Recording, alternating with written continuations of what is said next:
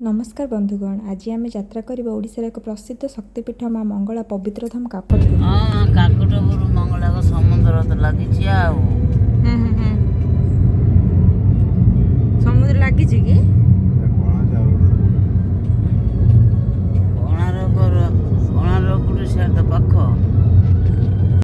ए पीठ केवल एक मंदिर नुहे बरम लक्ष लक्ष भक्तों आस्था विश्वास और भक्तिर केन्द्रबिंदु। काकटपुर माँ मंगला टेम्पल ओडिशार काकटपुर अंचल अवस्थित, जोटा कि आम सकाल सकाल बाहर पड़ू पुरी अभिमुखे। तो चलतु दर्शन करवा।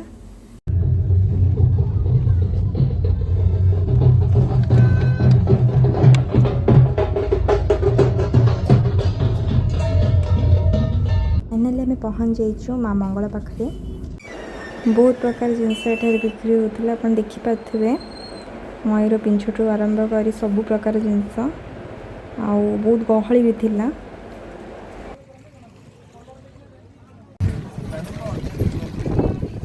काकटपुर माँ मंगला सहित जड़ित अच्छी श्री जगन्नाथ संस्कृतिर एक अत्यंत महत्वपूर्ण परंपरा। जेतेबेले नबकळ बेल हुए सेतेबेले श्रीमंदिर दैतापति सेवक माने माँ मंगला निकट को आसी तांकर आशीर्वाद नहीं थांती। विश्वास करा जाए जे माँ स्वप्न रे दारु ब्रह्म अर्थात नूतन विग्रह निर्माण पर पवित्र निम गछर स्थान सूचना दी थांती। एही परंपरा शताब्दी धरी चली आसुअछि एवं यह माँ मंगला महिमा को आहुरी बढ़ाई थाए। तेणु श्री जगन्नाथंकर भक्त मानक पई काकटपुर एक विशेष तीर्थस्थान। मंदिर स्थापत्य शैली मध्य अत्यंत आकर्षणीय। प्राचीन कलिंग स्थापत्यर छाप ए मंदिर रे स्पष्ट भाव में देखा मिले। प्रतिदिन हजार हजार भक्त एठार दर्शन पाई आसंती एवं माँ को आशीर्वाद लाभ करती। विशेषकर मंगलवार और शनिवार दिन भक्त मानक भीड़ बेसी होता है। चैत्र मासरे होउथुवा यात्रा और मेला समय रे एठारे आध्यात्मिक परिवेश आहुरी जीवंत हो उठे। माँ मंगला केवल एक देवी नुहंती, से ओडिया भक्ति संस्कृति और परंपरार जीवंत प्रतीक। तांकर कृपा और आशीर्वाद रे अनेक भक्त जीवन में सफलता और शांति पाइबार कथा कही थांती। आपण देखि पारथिबे बहुत भीड़ एठारे अछि। यदि आपण केबे पूरी यात्रा करंती तेबे निश्चित भाव में काकटपुर माँ मंगला दर्शन करंतु। आमे जो दिन जाइथिलु सेटा थिला शनिवार।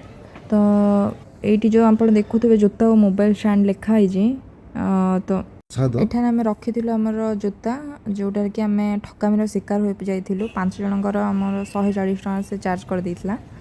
तो आपण कौन करेंगे ना, जो आपण प्रसाद किणवे सेठारे ही जोता रखिदेबे, तो आपण को बहुत सुविधा हम। ओम श्री श्री रामेश्वराय नमः। माँ काकटपुरी सबू आम भल से दर्शन करी पुणी